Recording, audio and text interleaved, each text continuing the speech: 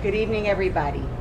Search and rescue continued throughout the day, as you know, despite the terrible weather, and we are continuing to make headway in our search. Since our last briefing, very unfortunately, one additional victim was recovered. So the number of deceased is now at 12, and this number of accounted for is 125. We had previously included the number of deceased in the accounted number, but for clarity moving forward, we will be providing you with three separate numbers: the deceased, the accounted, and the unaccounted. The number of unaccounted is now 149.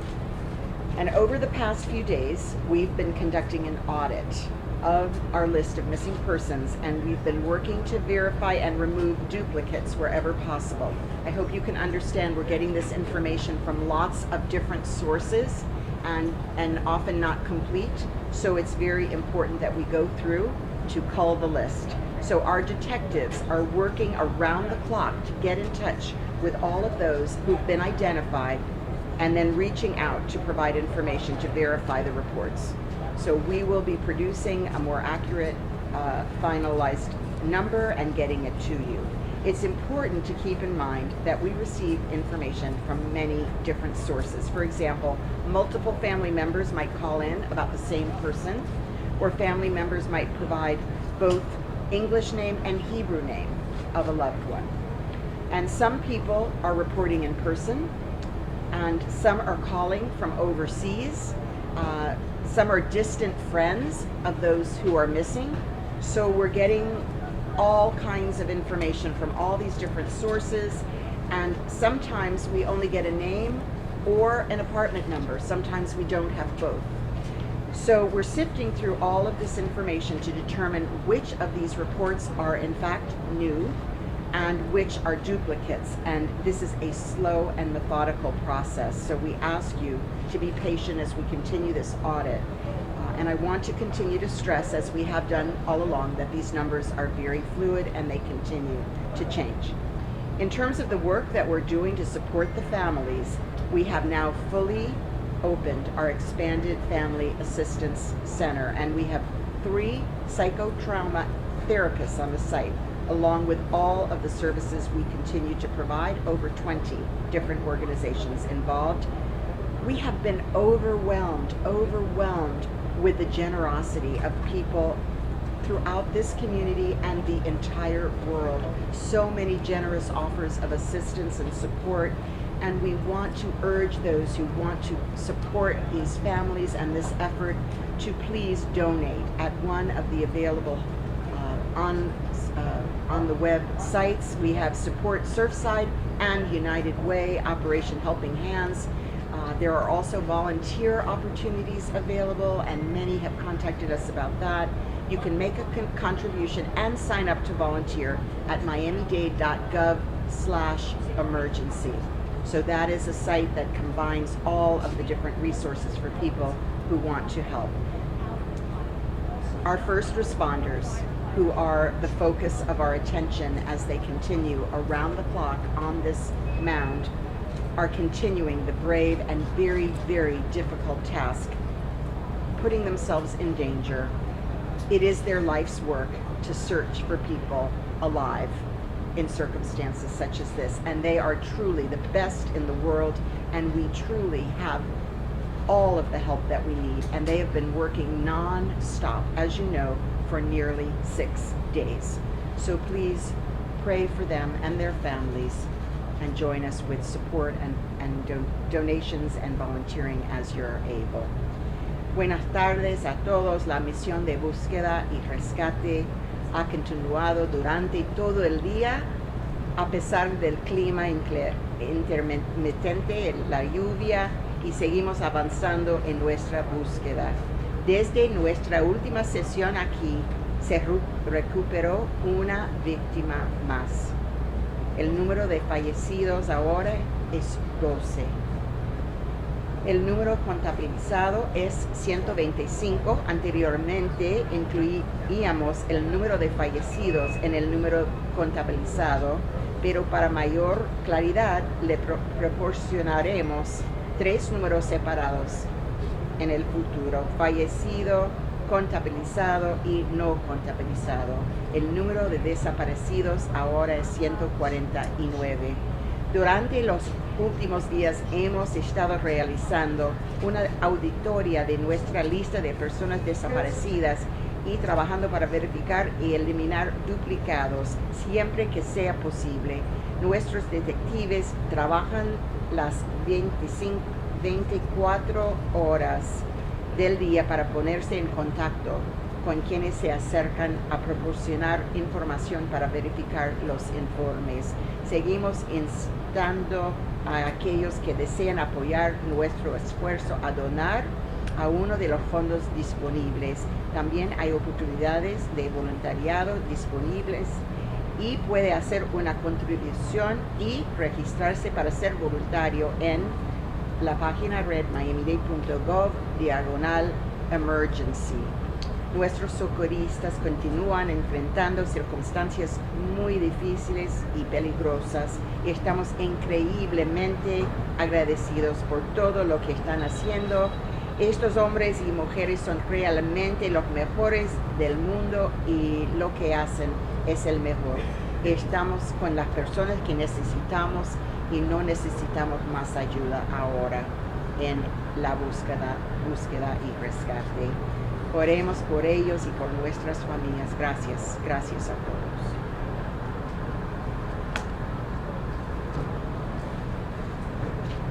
Thank you, Madam Mayor.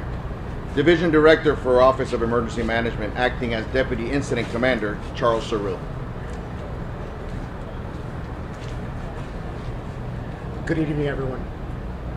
Under the leadership of our mayor, Miami-Dade County is coordinating a unified response to search, rescue, and assist all residents that have been impacted by this incident.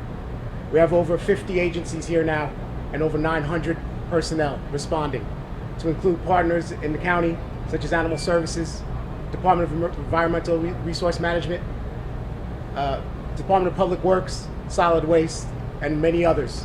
Of course, our first responders, Miami-Dade Fire Rescue and Miami-Dade Police Department.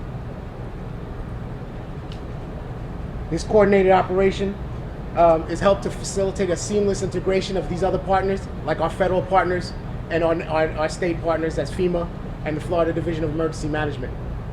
We have successfully opened the Florida Assistance Center today, as the mayor has mentioned. Today was our first full day, and we have serviced quite a few families as they are in need, and we are here to assist them. As she also mentioned, and I want to reiterate, if you want to know about services that the county is providing, or if you need assistance and you are out there and you are impacted by this incident, please go to miamidade.gov/emergency.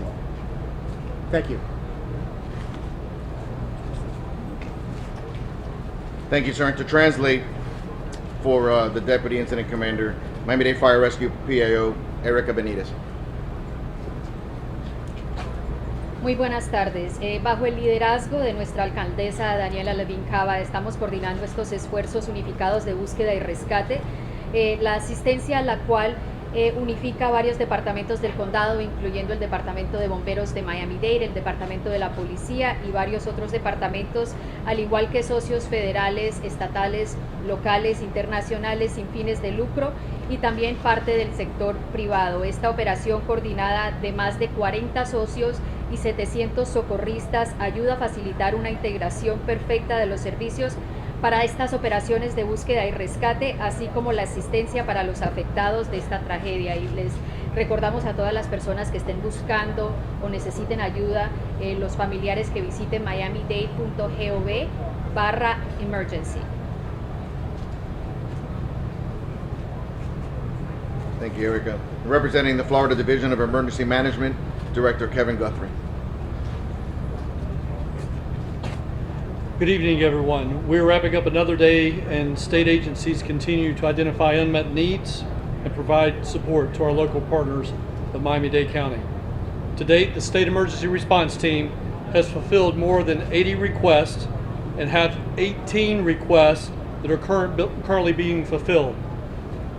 The most significant of those 18 requests being fulfilled right now is a request that has come in within the last hour to ask the federal government for one additional Type 1 urban search and rescue team. Most likely that team will be deployed from the eastern seaboard, possibly Virginia. These requests can vary from logistics needs to personnel needs.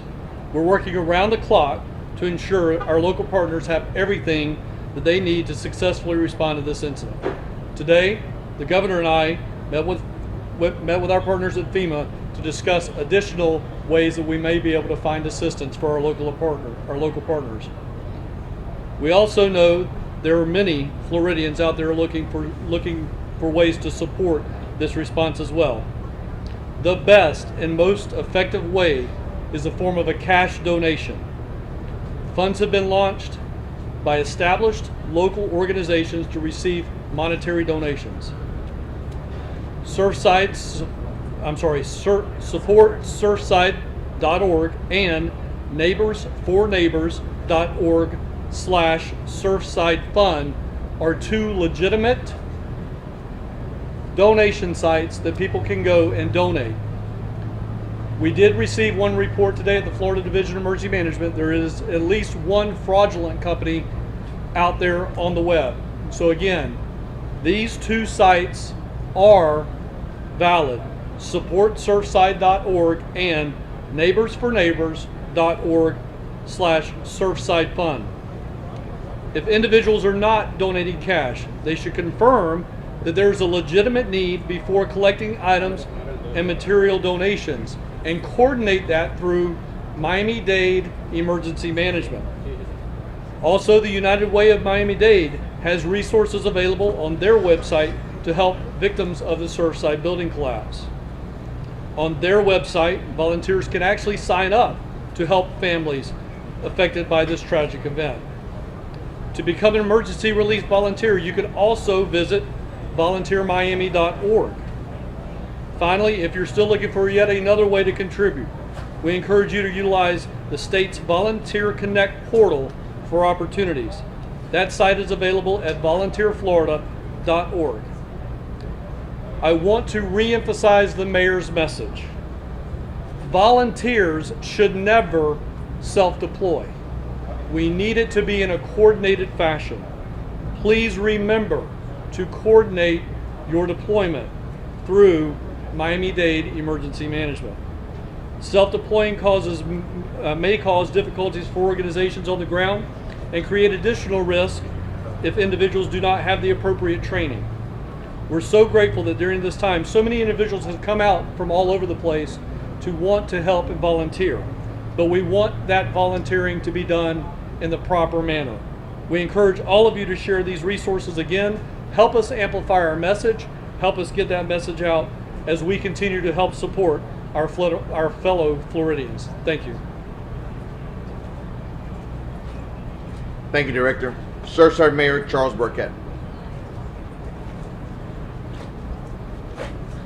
Good evening. The rescue effort continues unabated, except for that brief lightning storm we had today. I'd like to also add that I want to sort of supplement that story I told the other night about that 12-year-old girl and tell you where we are on that, because a lot of people have asked. The 12-year-old girl's name is Ellie Sheva.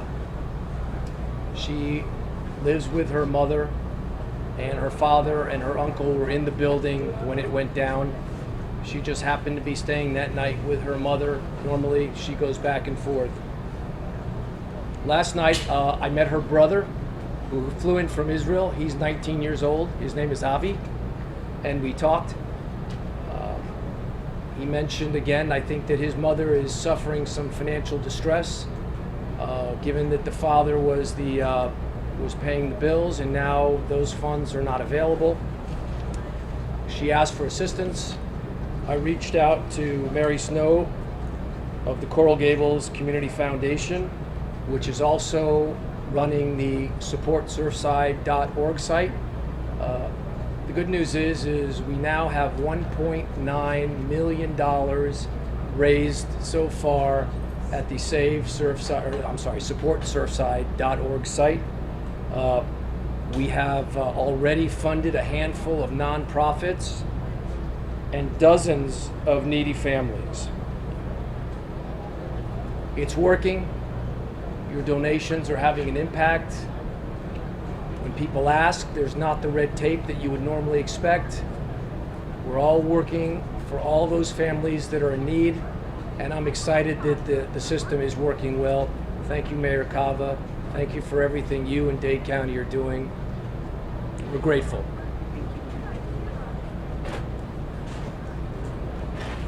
Thank you, Mayor. In the Creole translator, Leonard Letterbourg.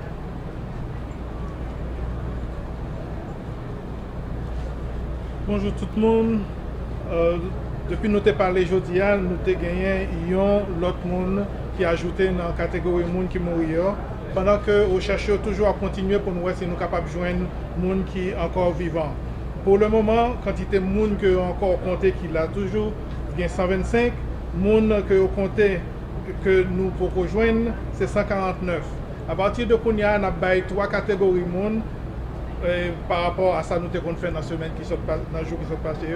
Nous avons quantité de monde que nous joignons, quantité de monde que nous pas joignons, avec quantité de monde qui mourent. Il y a un audit que nous allons faire qui pourra permettre que nous nettoyions la liste de monde que nous pas voyons et la liste ça permettre que nous enlever non qui dupliquent dans la liste là. Pour le moment, nous permettons tout que les gens qui veulent faire volontariat capable participer comme volontaire, leur ça est capable venir dans un site internet que nous allons faire qui c'est miamidade.gov/volunteer. Donc miamidade.gov/volunteer. Merci. Thank you, sir. We're going to open for questions, and again, we will ask you to do it in an orderly fashion until you're selected upon, and then we move on. Sir? Thank you. Mayor and the state, just for clarification, first of all, you said no more resources were needed, but a request has been made from another urban search and rescue team. Can you clarify that seeming contradiction that no more resources are needed, but we're bringing in a new urban search and rescue? Yes, so from the state side of the house, I spoke with Chief Kaminsky. This was a joint decision between myself and Chief Kaminsky. We do have two potential areas of development that are out in the Atlantic right now heading into the Caribbean. So the thought process that both the chief and I talked about today is we have all 8 urban search and rescue teams engaged in this fight from Florida. So we talked about doing a relief. So we have all the resources we need, but we're going to bring in another team to, if you will, backfill those resources so that, again, there's no more needed resources in the numbers of people. But we want to rotate those out so that we can get some resources back in case in 7 to 10 days or so we may be dealing with some type of tropical cyclone. Chief.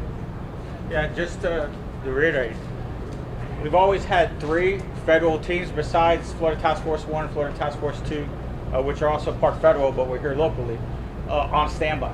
So they've been standby, we just haven't deployed them or requested them. Due to the recent 5-day forecast with 2 storms, we decided that it would be best to go ahead and activate them, so make that request. So the one will head this way, and then we'll look to see what we'll go ahead and release. And just follow to anybody, the experts, or the mayor, your thoughts and concerns about the stability of the building. What are engineers saying about the concerns about the stability of the building that's still standing? How concerned are you that it will remain standing? So we have the structural engineers on site. They're monitoring extremely closely everything that's happening there because obviously we cannot put our first responders in danger. And we're removing items that we can that might fall off the building. So we are taking necessary measures to avoid those sorts of falling items. But at this time, it's not considered that the building is at risk of collapse, but it is unstable, and so we are no longer entering into the building. Carlo? Carlos, Davis with NBC6. My question is for the fire chief, although it might be open to someone else. A line of dump trucks arrived here late this afternoon. Can you walk us through where they're staging? Is the hope to start moving some of this debris right now? Yes, those dump trucks are going to our evidence debris collection site. We're moving debris as fire rescue does what they're doing there, move the debris. We're relocating it to a location where it'll be also collected, sift through, a catalog photograph for future investigative purposes. How are you deciding what gets hauled away to the warehouse space? There are detectives on the scene, engineers, they're just loading the trucks. When it's going to a DOT site, a secured site. When it's get there, it's being cataloged and placed in certain areas, and as the investigative process goes, it'll be sifted to and analyzed. Thank you. Ma'am? Judy Block, ABC News for you, Chief. There was a scanner report that there was an injury with the first responder. I'd like you to confirm that if that's true, and if you can update on us. And also, do you have plans to shore up the building as a follow-up to that? When would that happen? Yes, for the first question, in regards to our fire rescue personnel, we did have one individual that appeared to have dehydration. So yes, they were transported to be further evaluated in stable condition. In regards to the building, yes, I mean that's definitely a concern. This whole scene that we're working on, I can't emphasize enough, the dangers that we're encountering. So we're definitely been monitoring throughout. Our USAR teams have structural engineers. We had several other engineers on site evaluating as well, and we're constantly monitoring. So is there a plan to shore up before these storms potentially arrive? No, well, that I can't comment. I think it'd be difficult in that sense right now. Again, our primary focus is our rescue efforts. Corner over here. This is also for Chief. Basically, this just kind of snowballs off of that point. We are hearing that you guys are looking to take part of the debris was actually helping prop up the standing part of the building. Is there any effort that is that true, or has anything been confirmed at that point? No, I'm not aware of that. I mean, we definitely don't have any machinery propping up the building. We have a zone that we're making sure we're staying, a certain distance from the building. Then the debris was propping up the building, that part of the pile was? Well, the debris that's there, we're leaving, yes. I mean, we are leaving that there just in regards to, again, the concerns with the structural integrity of the building. That's why, as the mayor stated, we will not make any other entries into that building, and we'll definitely monitor it. And yes, that's why we're not clearing out that area. Spanish over here. Okay, my question is for the Miami-Dade Fire Department, Erika, en español. Erika, quisiéramos saber qué están haciendo para rescatar a las mascotas que quizá quedaron atrapadas en el edificio de los dueños. La pregunta es qué estamos haciendo para rescatar a las personas que están... Que los dueños escaparon, se fueron y quizá quedaron en el edificio, las mascotas. Bueno, en este momento se ha hecho varias búsquedas y sabemos que no se ha dado reportes de tener ninguna mascotas todavía dentro del edificio. Eso se hacen varias búsquedas y esto aseguramos obviamente para enfatizar que no haya nadie en el edificio, incluyendo animales o mascotas. Otra pregunta es sobre los topos de México que vinieron a ayudar, no sé si los van a dejar que colaboren con la búsqueda. Sí, bueno, sí sabemos que están aquí. Nosotros tenemos todos los recursos necesarios en este momento, pero ellos se incorporarán vamos a tener la necesidad de incorporarlos.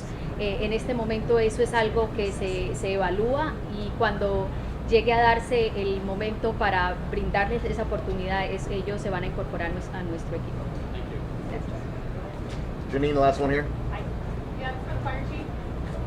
Chief, can you explain, Janine from Channel 10, can you explain sort of the mapping that your crews are doing on the rubble? I think it's so hard to understand how that could be. I mean, it just looks like a pile of rubble, but you're able to kind of map it out to find out where potential victims are. And then my second question is, how is everybody? It's been 6 really long days. How are your crews physically on the Well, with the first part, in regards to the rescue grids, we do have it mapped out, and it's in a number B1, B2, B3 is one area that we look. D1, D2, D3 is another area we look, and then G1, G2, G3. So that's how our grid system is in regards to rescue. We overlay maps, there's GIS layers that we put in, how the building looked before, the collapse. So all those come into factors where we're expecting certain areas, what we're looking for. And as we were talking about through this delayering process in each grid, that's where we focus. Again, we continue the same tactics in regards to looking with our sonar equipment, any video equipment, in regards to do any sweeps, anything along those lines, as well as any other signs that might show as we're delayering a certain area or a certain location. In regards to our spirits, we're still again, it's an extremely difficult situation, and we're out here 110%. As I stated earlier, couldn't be prouder. Miami-Dade Fire Rescue, the brave men and women firefighters that are under my command, as well as the task force teams and all of us working together. I mean, this is just such a unified approach. This is, these are the times that are the most difficult, but it's, we're here to do a job. We're here with a passion. This is what we do. And, hopefully we have some success. I just want to add to what the chief said. I think our rescue workers are so inspired to find people. They're so inspired to be joined by so many other support teams. The fact that we have our police, our social services, our federal agencies, our state agencies, our volunteer agencies, our cities, all working together for one common purpose creates a real esprit de corps. And so we're all working together around the clock to get it done. We're united. Thank you.